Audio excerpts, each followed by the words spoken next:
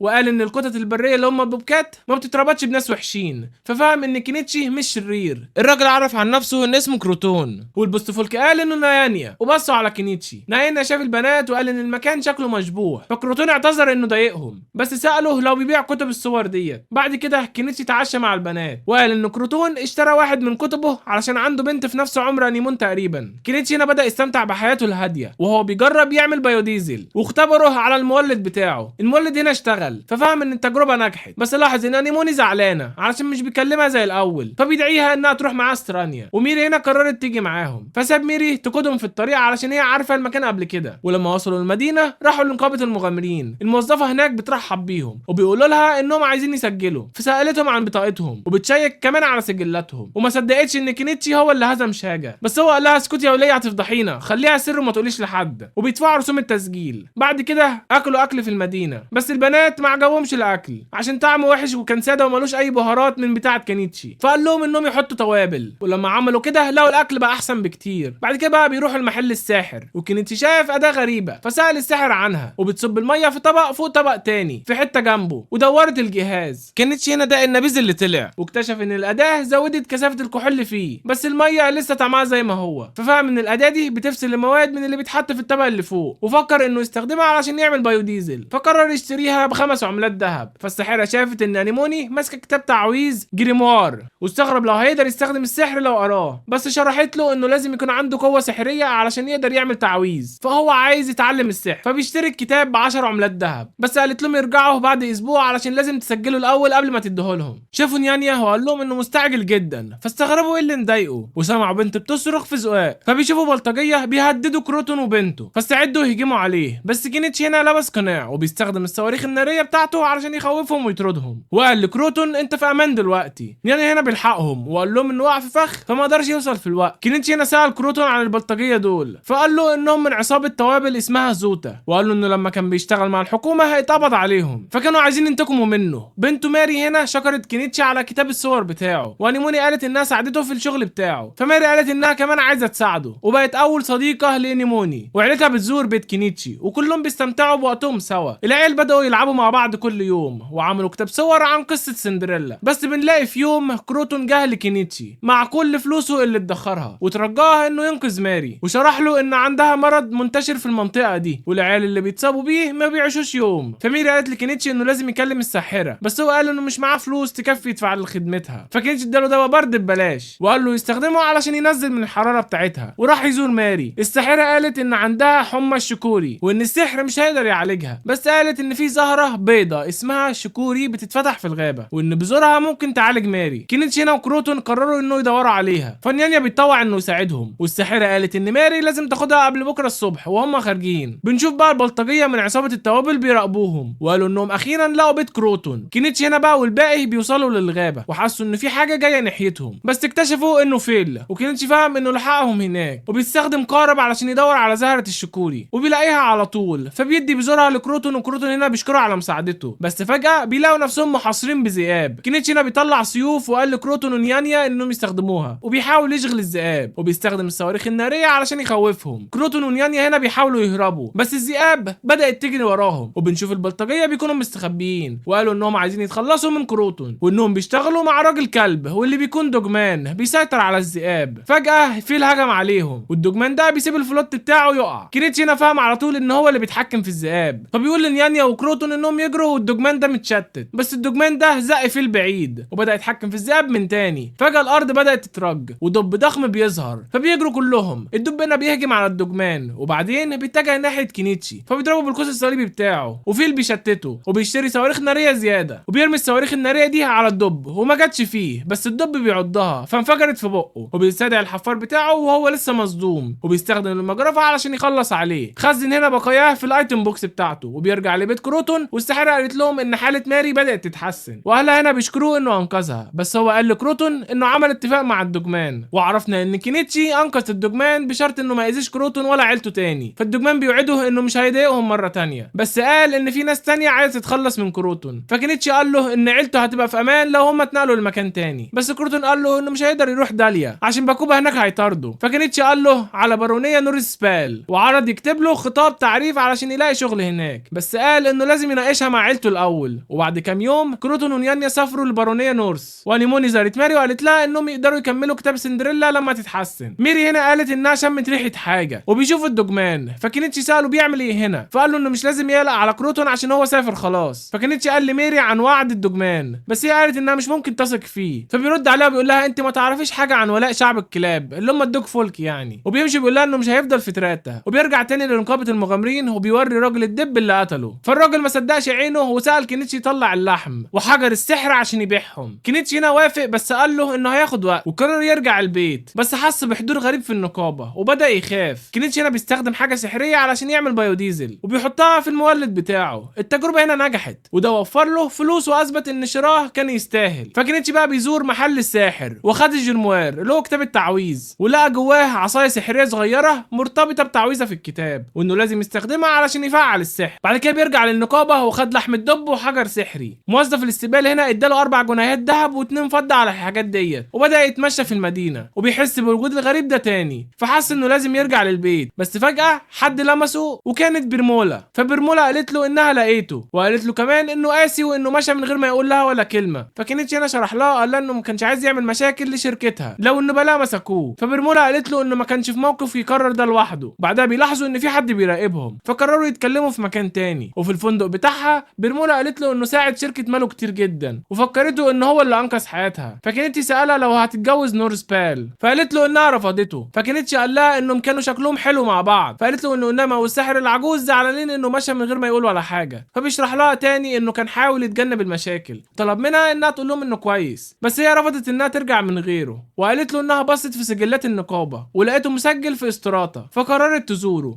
في اليوم اللي بعده كينيتشي بيرجع مع برمولا، وشافت ميري وانيموني واتضايقت لانه سابها وساب داليا، بس خد دول معاهم. فشرح لها انه ما كانش يقدر يسيب انيموني لانها كانت لسه بنت صغيره، وميري قالت لها ان هي اللي لقيته. فانيموني قالت ان البيت هيبقى زحمه لو برمولا عاشت معاهم، وطلبت منه انه يبطل يجيب ناس للبيت. بس برمولا هنا استغربت لو في ستات تانيين في حياته. فكينيتشي حاول يستدعي كرة نار بس ما فيش حاجه حصلت، ففهم انه ما عندوش موهبه للسحر. فبيلاحظ ان الجريموار غالي، ففكر انه لو يقدر يبيعه. فبرمولا قالت له ان في ناس بتجمعه حتى لو مش بيعرفوا يستخدموا السحر. فانيموني هنا جربت التعويذه ونجحت تستدعي كرة نار، بس الكل ارتبك لانها بدات تحرق البيت، فعلى طول بيستخدموا مطفيات حريق علشان يطفوها، وبعدها بتعتذر انها عملت مشكله. فكينيتشي هنا بيقول لها انها كانت جامده جدا، وفجأة بيغمى عليها فبيسيبوها ترتاح. اليوم اللي بعده لقوها بقت كويسة، وكينيتشي بيديها اخوه ابيض وحست انه تحفة. فميري وبرمولا هنا بيوافقوها، وهو قال لهم انه محفوظ بالسكر، فبيفهموا ان بس النبلاء هم اللي يقدروا ياكلوه لانهم الوحيدين اللي عندهم سكر. بعد كام يوم كينيتشي دعا ميري وامها لبيته وبياكلوا لحم الدب مع بعض، بس لقوه ناشف فبيقرر يطريه، وبيستخدم التوابل السريه بتاعته علشان يعمل صوص خاص بيه. الكل هنا بيستمتع بالاكل، وكينيتشي قال ان كاري الدب بتاعه نجح نجاح كبير، والعيال خلصوا كتاب الصور بتاعهم.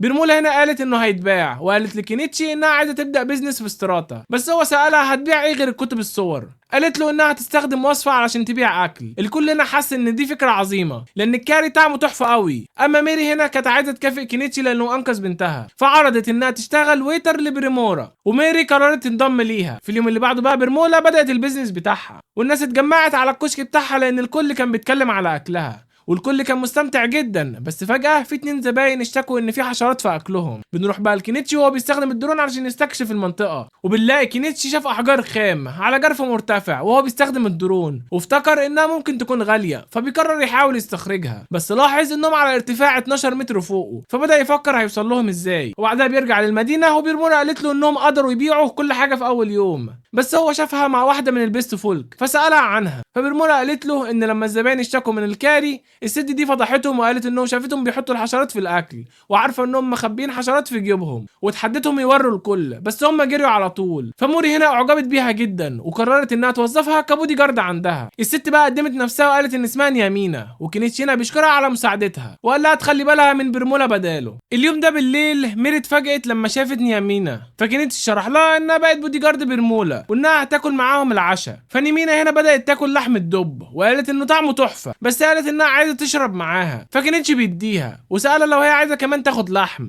وانيموني هنا بقى عرضت انها تسخن الميه، استخدمت بقى كرة النار بتاعتها على البراميل، والكل هنا تعجب. بس اليمين هنا على طول بدأت تستحمى. كينيتشي هنا استغرب، ولو كده عادي تستخدم السحر ورا بعض بسرعة. فبرمولا قالت له ان القدرة على استخدام السحر بتزيد بالممارسة. بعد كده كينيتشي بدأ يعلم انيموني انها تقرا وتكتب، لانه عايز لها مستقبل كويس، وقال لها انها تشتغل مع بريمورا علشان تتعلم البيزنس برضه. فهي قالت له انها عايزة تتعلم سحر علشان تروح مغامرات معاه، بس هو قال لها انه عايز يعيش حياة هادية بس مش اكتر. بيزنس برمولا بقى هنا فضل ماشي كويس، وكينيتشي بدأ يبني سقالة علشان يطلع الجرف. فميري بقى طلعت عليها، وانيموني قالت لها انها عايزه تتبعها، بس هو قال لها انها ترجع للبيت لان الوقت متاخر. فبرمولا جت مع نيامينا وسالت كينيتشي لو هو يقدر يخزن حاجات كتير في الايتم بوكس بتاعته، فقال لها انه يقدر، بس انه مش هيقدر يوريها كل اللي جواه، ولا ان كل واحد عنده سر بتاعه. بس نيامينا هنا قالت لهم انهم ما يعملوش كده قدامها، وميري وانيموني بينادوا عليه وقالوا له ان وقت الاكل جه.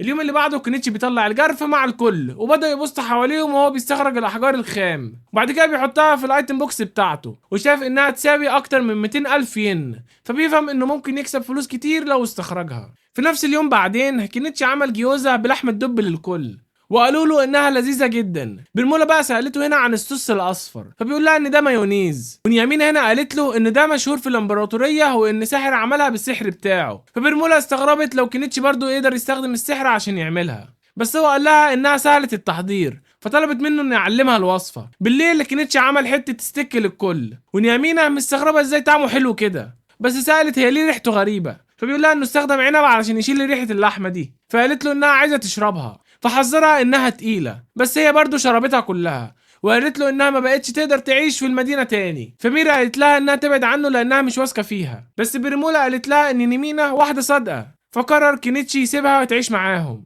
نيمينا هنا سألته هتدفع كام ايجار، بس هو قال لها مجانا، فافتكرت انه بيحاول يروضها، بس هو شرح لها انه عايزة تستمر تساعد بريمولا، فجهز نفسه علشان يمشي، بس هي قالت له انه يقدر يبات الليلة دي. ميري فجأة جت وسألتها هي بتعمل ايه معاه. في الاخر بيتخانقوا عليه، وبعد شهر لقينا برمولا كبرت البيزنس بتاعها، ودلوقتي بقى اسمه جولا. في بنت بقى اسمها ايريس كده افتكرت ان كينيتشي ده ابو برمولا، بس برمولا هنا قالت ان ده جوزها، وطلعت انها ناويه تعلم ايريس عشان تفتح فرع للمطعم. كينيتشي بقى هنا لسه بيشتغل في استخراج المعادن، وبيطلع له اكتر من 15 مليون ين. في الوقت ده برمولا مركزه على انها تكبر بيزنس بتاعها، فكورولا هنا استأجرت مخزن صغير في المدينة وبيجهزوا فيه المنتجات، وإيريس بقت المديرة العامة للفرع، وقدروا يفتحوا فرعين للمطاعم. دلوقتي بقوا يجيبوا أكتر من 200 مليون ين في السنة. بس بريمولا قالت إنها ما كانتش هتعرف تعمل كده لولا مساعدة كينيتشي ليها. بنشوف بقى الأميرة ليليس وهي بتتكلم مع أمها، وبتقول لها إن اللصوص اللي كانوا على جنب دايلة اتغلبوا على إيد ساحر استدعى وحوش حديد، وقالت إنه عايش قريب من ستارنا، وبتفتكر إن الأرواح هي اللي هدته هناك. ليليس بقى بقت متحمسة جدا، وإحنا بقى بنسمع الكلام ده بنشوف برمولا بتتكلم مع الفيسكوتنس كنان، واللي بتكون مرات حاكم استراتا. برمولا هنا قدمت نفسها رسمي، وكنان بيعرفها على طول إنها صاحبة كورولا. كينيتشي هنا بيروح يزور دكان الساحرة، وهي بتوريه كتاب سحر عن الانفجارات، فافتكر الراجل العجوز اللي استخدم التعويذه دي لما هجموا على اللصوص، وقرر انه يشتريه. بس هي هنا بتلاحظ ان انيموني مهتمه بكتاب سحر عن البيت، فقررت تديهولها ببلاش. برمولا بقى قالت لكينيتشي ان كنان عايزه بروش علشان شافت النبلاء لابسينه لما راحت داليا، فهو على طول فهم انها عايزه تنافس النبلاء التانيين، فبيديها بروش عليه وش واحده ست. ولما شافت انه شبه كنان قال لبرمولا انها تديهولها وتقول لها انه معمول مخصوص عشان ترفع سعره. في اليوم اللي بعده ميري قالت لكينيتشي عن دهليز قريب، بس هو استغرب ليه ما قالتش للباقيين عنه، فقالت له انها مش عايزه نمينة تيجي معاهم. انيموني هنا قررت تروح معاهم عشان نفسها تخوض المغامرات معاه، وفيل كمان انضم للفرقه بتاعتهم. وبعدها بيروحوا ناحيه الدلهيز ولقوا هناك كريستاله، فكينيتشي على طول بدأ يحفر فيها. بس ميري حست فجأة ان في وحش جاي وبيظهر عنكبوت عملاق، فكينيتشي على طول بيضرب القوس بتاعه على العنكبوت، بس للاسف مش بيتأثر. وميري على طول بتضرب عينه لما هو اكتشف انها عرفت نقطة ضعفه، وقال لنيموني انها تضرب عينيه بكرة نار بتاعتها، بس هي اتلخبطت وفضلت متنحة بعيد، فالعنكبوت بدأ يهجم عليهم بالشبكة بتاعته. كينيتشي هنا شتت انتباهه بالالعاب النارية بتاعته، وبعدها بيجروا بره لما عرفوا ان العنكبوت ما بيخرجش بره الدهليز عشان عناكب الكهوف بتطلع بالليل بس. انيموني هنا اعتذرت عشان حست انها كانت ملهاش اي لازمه، بس هو قال لها انها ما تقلقش، ودي اول مره ليها النهارده بالليل. نمين هنا زعلت علشان ميري ما قالتهاش عن الدهليز، بس ميري قالت لها ان ده مش شغلها هي. فكينيتشي قال لهم انه لازم يرجعوا علشان عايز يحفر الكريستالات، ونينا كمان عايزه تروح معاهم، بس هو فكرها انها لازم تحمي برمولا، فقالت له انها كويسه ونفسها تاخد بريك. ونمينا بقى فرحت جدا علشان عايزه تروح تصطاد العناكب. وبعد كده انيموني قرت كتاب عن سحر الانفجارات وبدات تهمهم بالتعاويذ، بس كينيتشي قال لها انها تجرب في وقت تاني. في اليوم اللي بعده راحوا الدلهيزه ورجعوا للمكان اللي تعرضوا فيه للهجوم. كينيتشي هنا لاحظ ان مسكابو لسه هناك، وفكر ان العنكبوت ممكن يظهر مره تانية لو استخدمه، فبدا يحفر الكريستالايه. العنكبوت هنا بيقرب منهم، فبيروح على طول كينيتشي بيدي لكل واحد مبيدات حشريه ويستخدموها علشان يهاجموا العنكبوت. العنكبوت هنا بيرجع خطوه لورا، وانيموني بتستدعى كره النار بتاعتها وبتضرب العنكبوت، فقرر يهرب. فانيموني هنا اقترحت انهم يخلصوا عليه، وكينيتشي شاف انها فكره كويسه علشان ممكن يهجم عليهم لو خرج من الكهف. ففتشوا المكان ولقوا ان العنكبوت متخبي وقضوا عليه، بس فجأة ظهر عنكبوت عملاق تاني وفهموا انه انثى علشان حجمه اكبر من اللي قبله. فكانتش عارف انها مش هتقدر تخرج من الكهف عشان كبيرة قوي على المدخل. وميري هنا قالت ان الذكور هم اللي بيصطادوا بره علشان ياكلوا الانثى، فقرروا يرجعوا لورا وهم بيفكروا انها هتموت لوحدها، وعشان الذكر خلاص مات الانثى سدت المخرج، ففيل خدش عينيها وضربوها بالمبيدات. انيموني هنا ضربتها بكرة النار بتاعتها وجابت ضربة مباشرة، بس لقوا انها لسه عايشة. كينيتشي هنا استغرب ليه هي مش بتهجم عليهم، وفهموا انها سدت طريقه عشان يموتوا من الجوع هم كمان. هو خزن بقايا العنكبوت الذكر بس لاحظ ان المبيدات شغاله، فقرر يستدعي الحفاره بتاعته. ركب الحفار مع انيموني وهجم على العناكب بالجاروف، بس فجاه الحفار وقف عن الحركه وبدا يتوتر. العنكبوت هنا بدات تستعد تهجم تاني، بس انيموني بدات تهمم بالتعويذ واستخدمت سحر الانفجار اول مره. العنكبوت هنا اتفركش من الانفجار وهو قدر يشغل الموتور من تاني، فراح شاحن على العنكبوت. الحفار خبط فيها ورفع الجاروف، فتحسها في سقف الكهف وخزن بقاياها في صندوق الاغراض بتاعه وحفر الكريستالات، واكتشف ان كل واحده فيهم بتسوى اكتر من 2 مليون ين. بعد كده كينيتشي ورى بقايا العنكبوت لبريمولا فاتفزعت من المنظر، وبعدها بيقرر يطبخ بيضة العنكبوت. البنات فكروه انه اتجنن، بس هو قال لهم انه مش هيجبرهم ياكلوها واشترى لهم دامبلينجز ياكلوها بدلها. برمولا هنا استغربت لو في جبنه جوه الدامبلز دي، وقالت ان الجبنه غاليه جدا في المملكه، فهو قال لها انها سهله تتعمل، فقالت انها نفسها تجرب. فبيخلطوا اللبن مع الخل علشان يعملوا جبنه كوتاج، وكلهم لقوها لذيذه جدا. برمولا هنا قالت انها عايزه تعلم كنان تعمل جبنه عشان مطعم كورولا بيتعرض لمضايقات من ناس بيشتغلوا لتاجر فاسد اسمه فلام. كينيتشي فهم انها ناويه تستخدم قوه النبلاء علشان توقفهم، بس هو قال لها انه ممكن يسحقهم بسهوله بالوحوش الحديديه بتاعته. البنات هنا شافوا ان خطته احسن، بس برمولا قالت انها مش عايزه تستخدم العنف، وقالت ان التجار ليهم طريقه تانية خاصه في القتال. فهو قرر يعمل اللي هي عايزاه، وهي وعدته انها مش هتقول لحد ان هو اللي علمها تعمل الجبنه. بعد كده تليجرام استقبل جواب من كنان بتقول له فيه انه هيتعاقب لو فضل يضايق مطاعم كورولا، فهو فهم ان بريمولا لسه عامله خطواتها وبقى يفكر هي عارفه قد ايه عنه، بس قال ان ده مش مهم عشان كل حاجه لسه ماشيه زي ما هو مخطط لها. مطاعم كورولا هنا قدروا يفتحوا تاني بدعم من كنان، بس في يوم راحت زارت بيت كينيتشي فقال لها انه شرف كبير انه يقابلها واستعد انه يقدم نفسه، بس هي قالت له انها عارفه كل حاجه عنه، وسالها هي ليه قررت تزوره، بس فجاه انحنت قدامه وترجته يساعدها. وبس كده وصلنا لنهايه الفيديو. يا رب يكون عجبك، ولو عجبك بقى ما تنساش تحط اللايك والاشتراك وتقولي تحت في التعليقات لو انت حابب الجزء الجاي، ويلا اشوفك في الفيديو الجاي. سلام.